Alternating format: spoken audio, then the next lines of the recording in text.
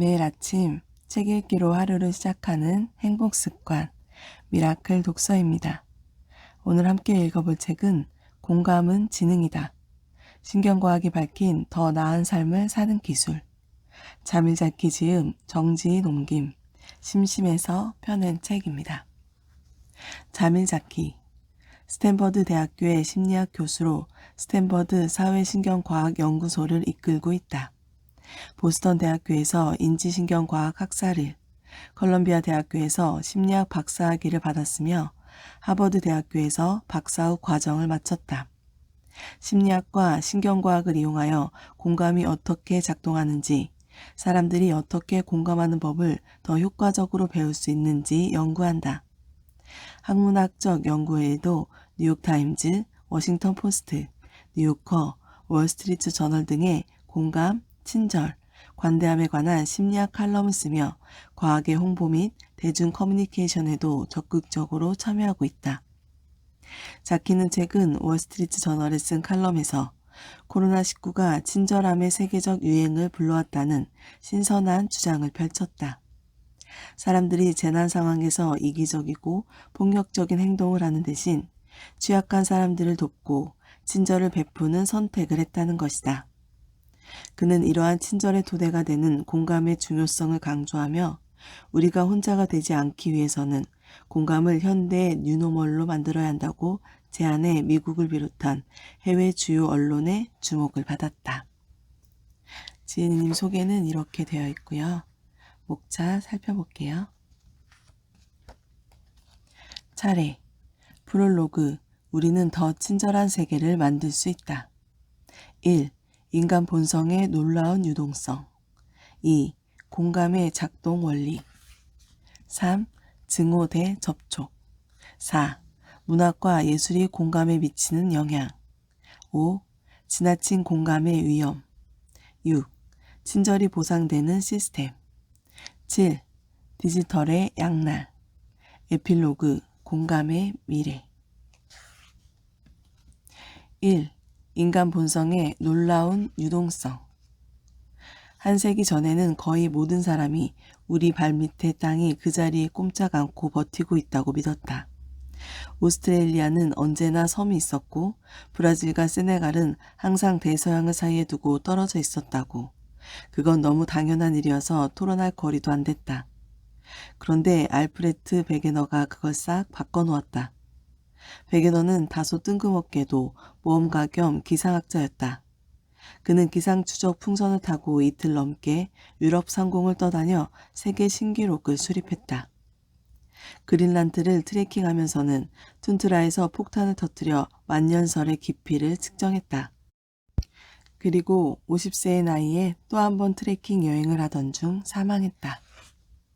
베게너는 해양저의 지도를 연구하다가 대륙들이 퍼즐 조각처럼 서로 맞아떨어진다는 사실을 알아차렸다.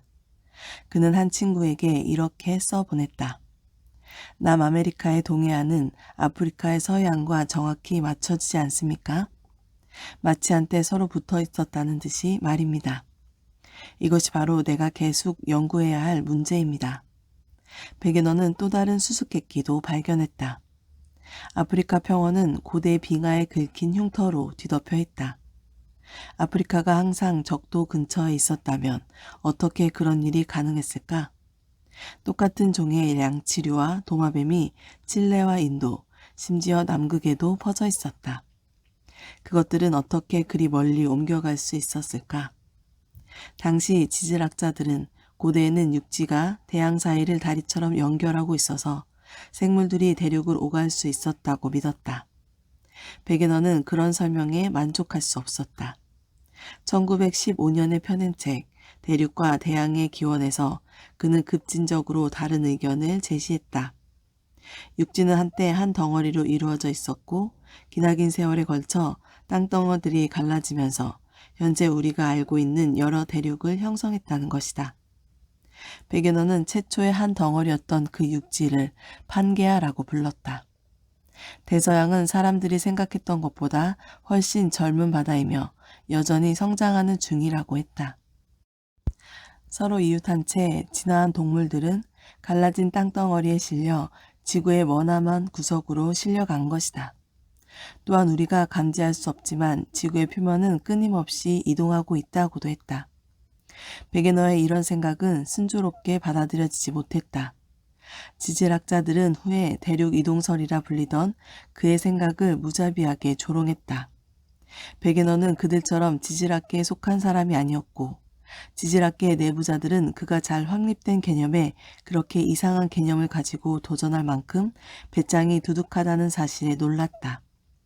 한 연구자는 수십 명의 유사한 반응을 요약하여 대륙 이동설을 지각운동병과 극이동병에 걸린 환자들이 착란 상태에서 하는 발악이라고 묘사했다. 소수가 베게너를 지지하며 소규모 이동주의 지질학 진영을 형성했지만 결국 전통적인 고정주의자들이 지구가 고정되어 있다는 입장을 성공적으로 지켜냈다. 지질학 저널의 편집장 롤린 체인벌린은 이렇게 썼다. 만약 우리가 베게너의 가설을 믿는다면 우리는 지난 70년 동안 배운 모든 것을 잊고 처음부터 다시 시작해야 한다. 베게너가 세상을 떠날 때 그의 이론은 과학사의 쓰레기통에 내팽겨쳐진 상태였다. 수십 년 뒤 과학자들은 마그마의 흐름에 떠밀려 이동한 대륙보다 더 큰 지각 덩어리인 지각판을 발견했다. 북아메리카판과 유라시아판은 대략 손톱이 자라는 속도로 서로에게서 멀어진다.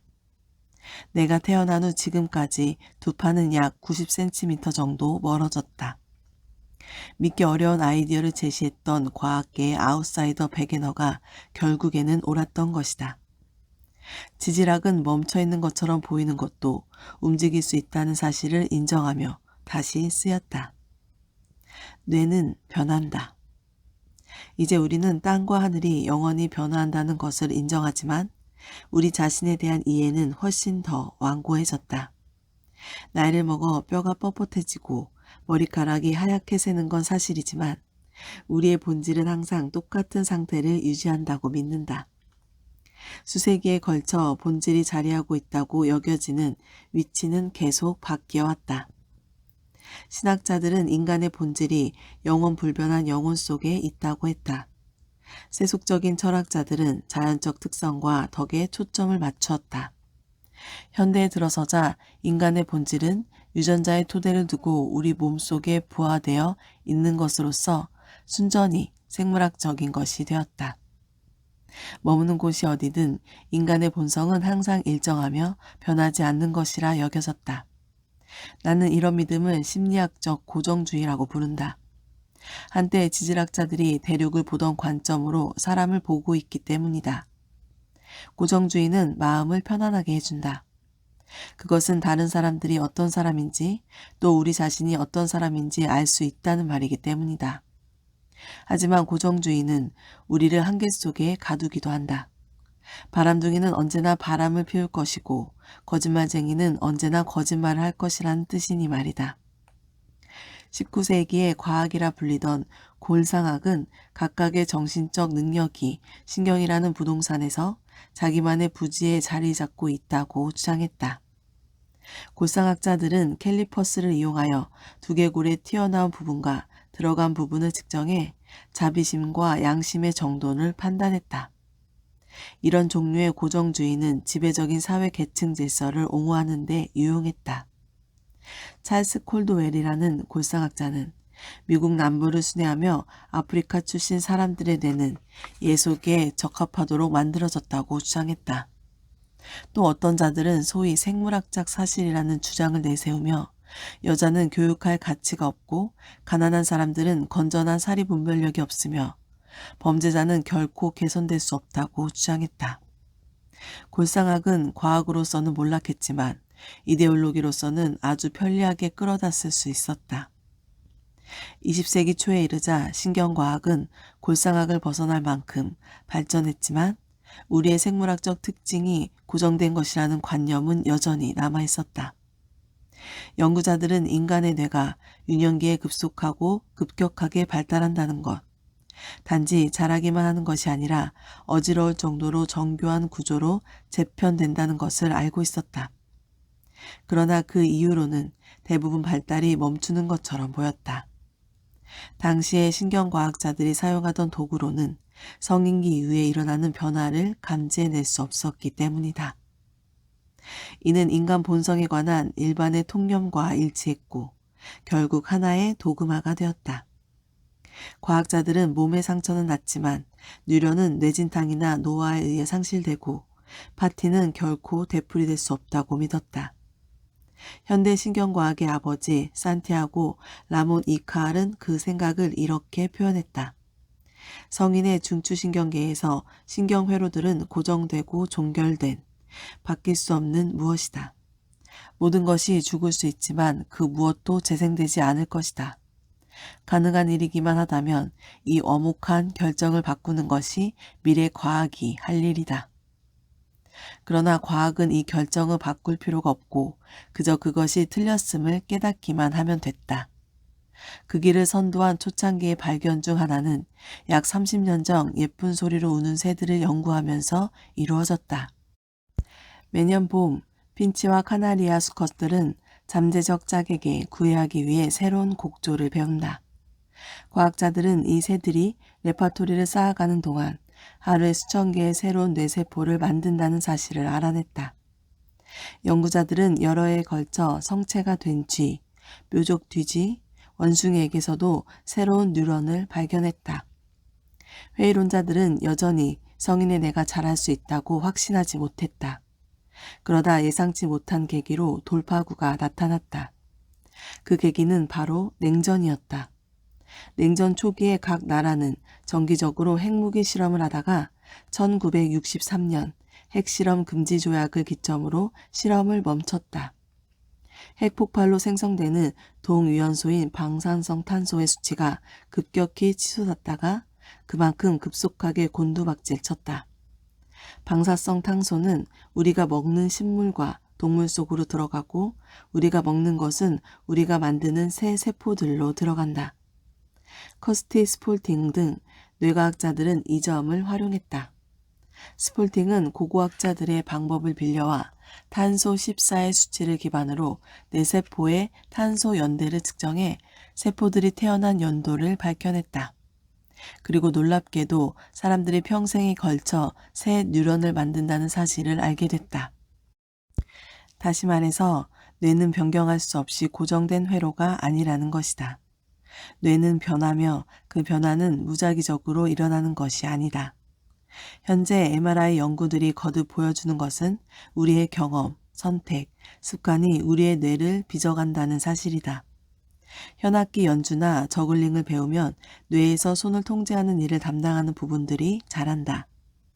만성 스트레스나 우울증에 시달리면 기억과 감정에 관련된 부분들이 위축된다. 세월이 흐르는 동안 고정주의는 군데군데에서 허점을 드러냈다. 변하지 않는 인간 본성을 찾는 일에 뛰어드는 과학자가 많아질수록 그런 증거가 없다는 사실이 더욱더 분명해졌다. 일례로 지능을 생각해보자. 프랜시스 골턴은 태어나는 순간에 지능이 정해져서 절대로 변하지 않는다고 주장했다. 그로부터 한 세기가 지난 1987년에 심리학자 제임스 플린은 깜짝 놀랄 만한 경향을 발견했다. 이전 40년 동안 미국인의 IQ 평균이 14점이나 높아진 것이다. 이후 세계 곳곳의 다른 연구자들도 비슷한 결과를 보고했다. 결정적으로 중요한 점은 지능이 한 집안에서도 세대 간에 변화한다는 것이다. 이런 식의 변화라면 지능이 유전적 원인으로 결정되지 않는다는 게 거의 확실하며 그보다는 영양이나 교육 측면의 새로운 선택이나 습관이 반영된 결과라고 판단할 수 있다.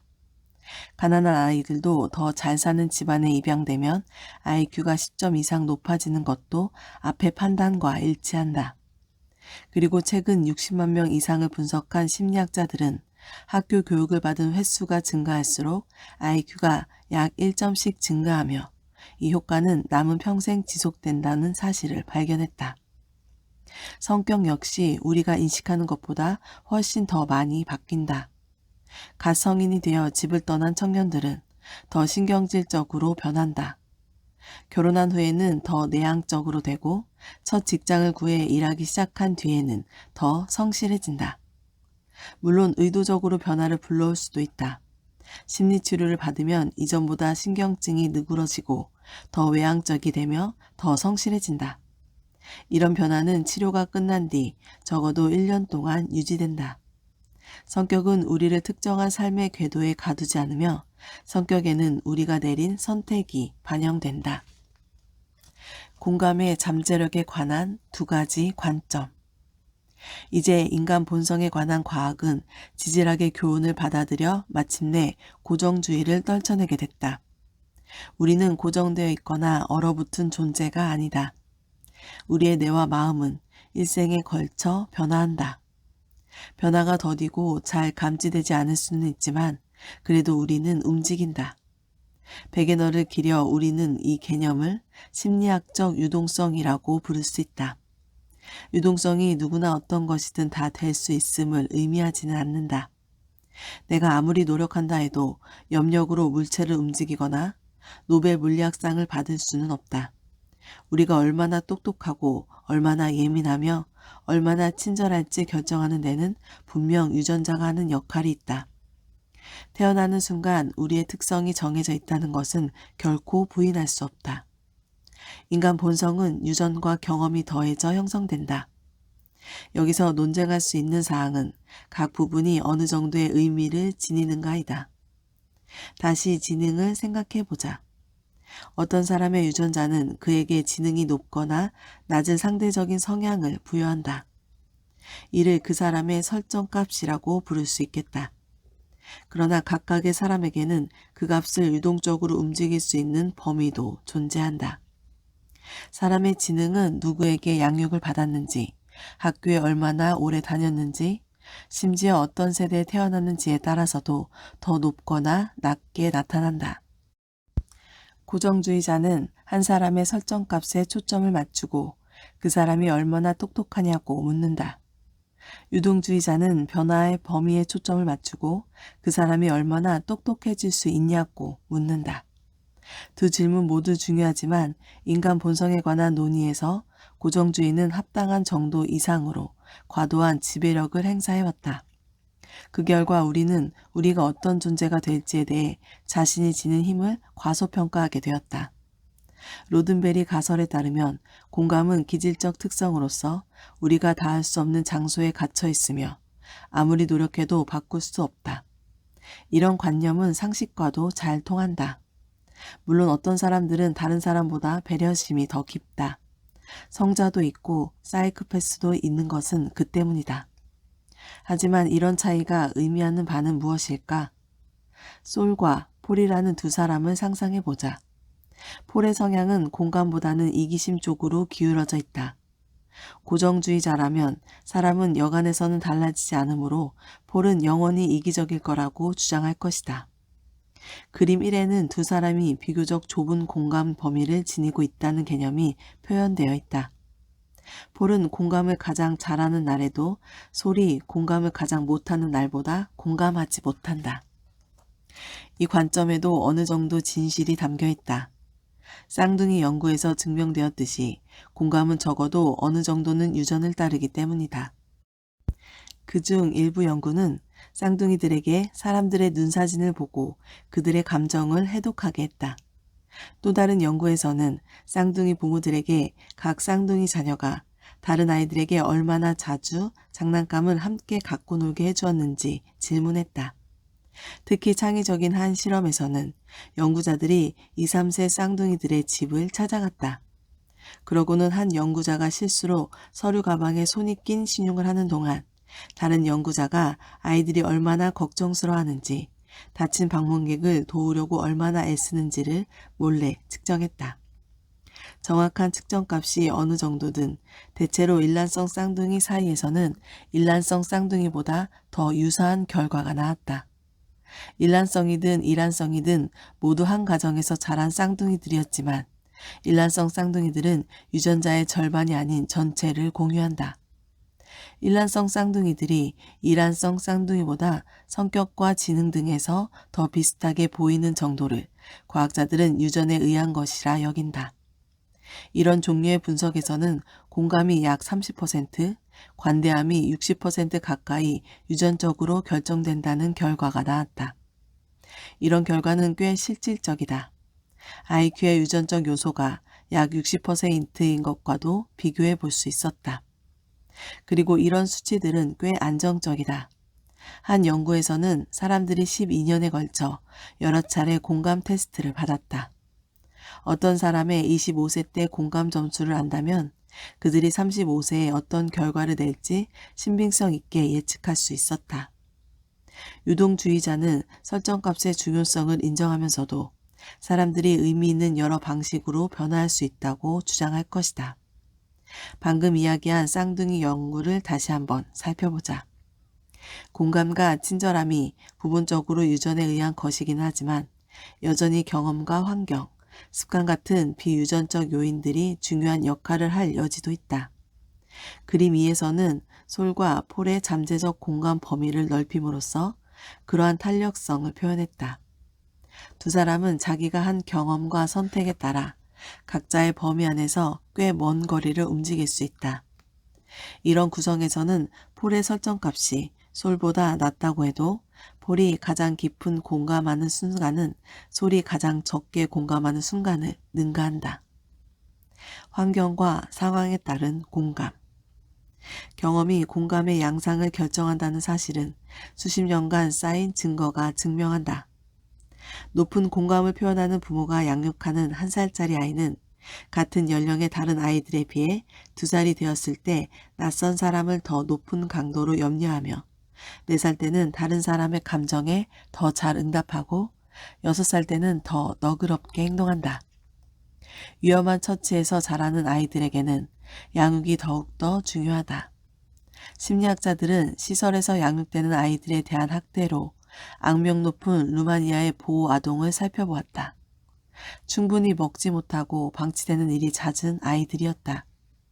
보살핌을 받아본 경험이 전혀 없는 탓에 그곳의 아이들은 다른 사람을 배려하는 방법을 배우지 못해 사이코패스와 유사한 공감의 결여를 보였다. 그러나 일부는 2살 무렵에 운 좋게 다른 가정에 입양되었다. 덕분에 이 아이들은 함께 자라던 다른 아이들에게 생긴 문제를 겪지 않을 수 있었고 그 결과 일반적인 수준의 공감을 할 수 있었다. 특히 양부모가 따뜻하게 대해주었을 경우 공감은 더 순조롭게 발달했다. 잔혹한 환경은 아이들이 지닌 공감을 범위의 왼쪽 끝으로 몰아가고 있지만 친절한 환경은 다시 원래 위치로 돌려놓았다. 성인기까지도 환경과 상황에 따라 공감이 형성된다. 예를 들어 우울증을 심하게 앓은 일은 이후 여러 해에 걸쳐 그 사람이 덜 공감적인 상태가 될 것을 예측하게 한다. 극심한 고통 역시 놀랍고도 다양한 방식으로 공감의 변화를 일으킨다. 고통을 초래한 사람들은 공감이 저하되고 고통을 견뎌낸 사람들은 공감이 더 깊어진다. 남에게 고통을 가하는 일을 항상 피할 수 있는 것은 아니다. 종양학 전문의들은 환자의 암이 악화되었거나 치료가 실패했다거나 암으로 목숨을 잃게 될 것이라는 등 안 좋은 소식을 끊임없이 전한다. 2017년에 관리직에서 일하는 미국인들은 한 달에 직원 약 3만 4천 명을 해고했다. 심리학자 조슈아 마골리스와 앤드류 몰린스키는 이런 순간들을 필요악이라고 표현했다. 우리는 암 환자와 갓 해고된 사람에게 공감하기 쉽지만 필요악을 수행해야 하는 사람들도 고통을 받는다.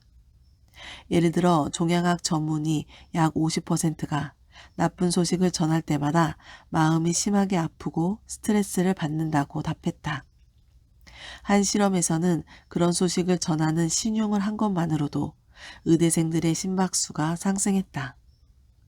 누군가가 당신 때문에 고통받을 때 그들을 염려하다 보면 자신을 경멸하는 길로 빠질 수 있다. 그 결과로 생기는 죄책감은 자신에게 타격을 입힌다. 많은 인원을 해고해야 하는 시기에 직원을 자르는 관리자들에게는 수면과 건강 문제가 발생한다. 이런 상황에서 사람들은 감정을 제거함으로써 자신을 보호하려 한다. 마골리스와 몰린스키는 필요악을 행사하는 사람 중 약 절반이 자신이 해를 가한 사람들에게 거리를 두었음을 발견했다. 해고 시기에 관리자들은 직원들의 가족에 대해 생각하는 것을 피했고 퉁명스러운 언어를 사용하고 대화를 회피했다. 흉보를 전해야 할 때 의사들은 치료의 기술적인 측면에 초점을 맞추고 환자의 고통에 대해서는 언급하지 않으려 했었다. 남에게 해로운 일을 하는 사람들은 자신을 못 견디게 되는 상태를 피하고자 자신에게 피해를 입은 사람들을 비난하거나 비인간화하는 이른바 도덕적 분리 상태로 넘어간다. 1960년대에 한 무리의 심리학자들은 실험 참가자들에게 다른 사람에게 반복적으로 충격을 가하라고 요구했다. 이에 참가자들이 보인 반응은 그 충격이 사람을 아프게 한다는 사실을 부인하거나 피해자가 그리 호감이 가지 않는 사람이라고 생각하는 것이었다. 좀 더 최근의 한 연구에서는 백인 미국인들에게 유럽 정착민의 손에 학살당한 아메리카 원주민의 이야기를 읽게 했다. 그것을 읽은 뒤 실험 참가자들은 아메리카 원주민들은 희망과 수치심 같은 복잡한 감정을 느끼지 못했을 거라고 말했다. 도덕적 분리는 감정의 굳은 살을 만든다. 심리학자 어빈 스타웁은 전쟁이나 집단 학살에서 사람을 죽인 개인에 관해 수십 년간 연구했다. 그는 그 사람들이 공감을 차단함으로써 자신이 해치거나 고통받도록 방치한 사람들의 안녕에 대한 자신의 염려를 줄였다는 사실을 알아냈다. 2005년에 연구자들은 미국 남부 교도소의 사형 집행관들을 인터뷰했다. 그들은 사형수가 온전한 인간으로 간주될 권리를 박탈당한 자들이라며 스타웁의 관점과 일치하는 주장을 펼쳤다.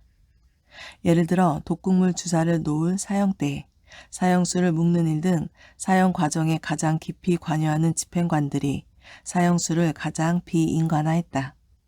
집행 과정에서 희생자에게 가까이 다가가는 집행관일수록 사형수들을 인간이 아닌 존재로 보는 정도가 더욱 심했다.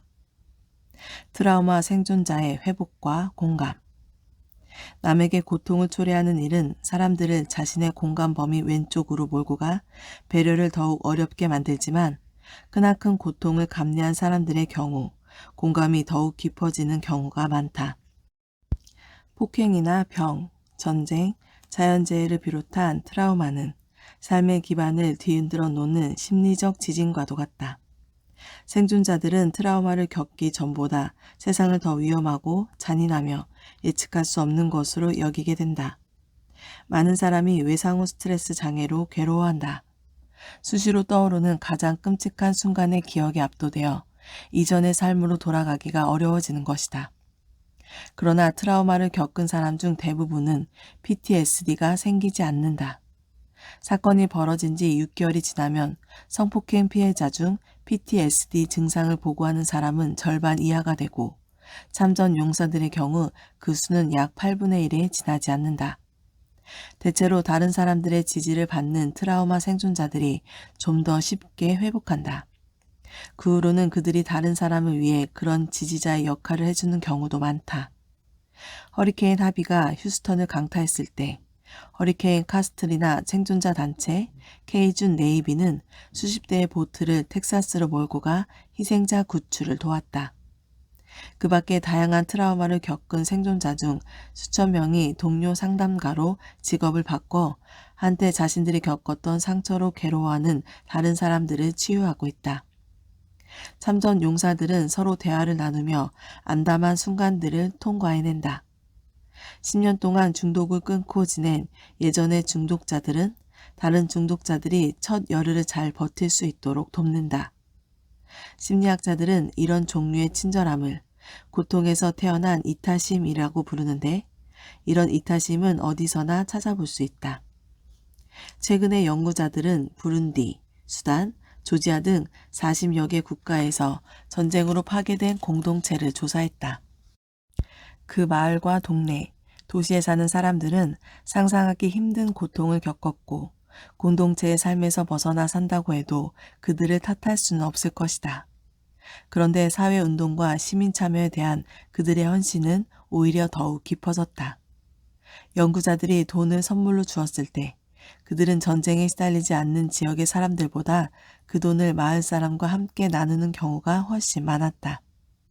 이와 유사하게 정치적 폭력과 자연재해 피해자들도 불황자와 노인, 위험한 처지에 있는 어린이를 돕는 자원봉사 활동에 이례적으로 높은 비율로 참가한다. 그리고 강간 생존자 중 80%는 강간을 당하고 몇 달이 지난 뒤 이전보다 훨씬 더 깊이 타인의 고통에 공감하게 되었다고 응답했다. 이런 긍정적인 변화들은 수년간 지속된다. 심리학자 데니얼 림과 데이브 데스테노는 교통사고나 심각한 병치레, 범죄 피해 등 각 개인이 겪은 고난의 사건 횟수를 조사했다. 그런 다음 그 사람들을 실험실로 오게 하여 좀처럼 풀리지 않는 과제 때문에 힘겨워하고 있는 다른 참가자를 만나게 했다. 참가자들은 이 사람의 일을 도우려 했는데 고난을 많이 겪은 사람일수록 더 많이 도우려 했다. 자신의 고통스러운 경험은 아주 오래전에 일어난 것인데도 말이다. 생존자들이 다른 사람을 돕는 것은 자신을 돕는 일이기도 하다. 상투적인 생각으로 피해자란 트라우마 때문에 나약해진 존재일 것 같지만 트라우마 이후 더 강하고 충만한 사람이 된 이들도 많다. 더 깊어진 정신, 더 굳건해진 관계, 새롭게 다지게 된 목적의식 등의 형태로 나타나는 외상 후 성장은 외상 후 스트레스 장애만큼 흔하다. 트라우마 생존자 중 공감이 더 깊어졌다고 느끼고 공감을 행동으로 옮긴 사람들이 트라우마 이후에 성장했다고 밝힐 가능성이 가장 크다. 그들은 새롭게 트라우마에서 살아남은 사람들을 상담하면서 자신이 얼마나 많이 발전했는지, 얼마나 더 강해졌는지 깨닫는다. 그리고 그들이 겪어낸 고통이 다른 사람을 돕는 일에 쓰인다면 그것은 무의미한 고통이 아니다.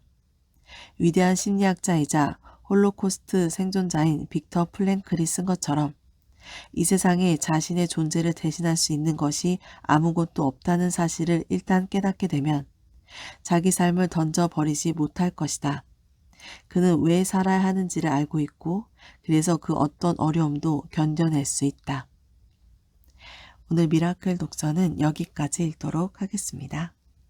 오늘도 감사합니다.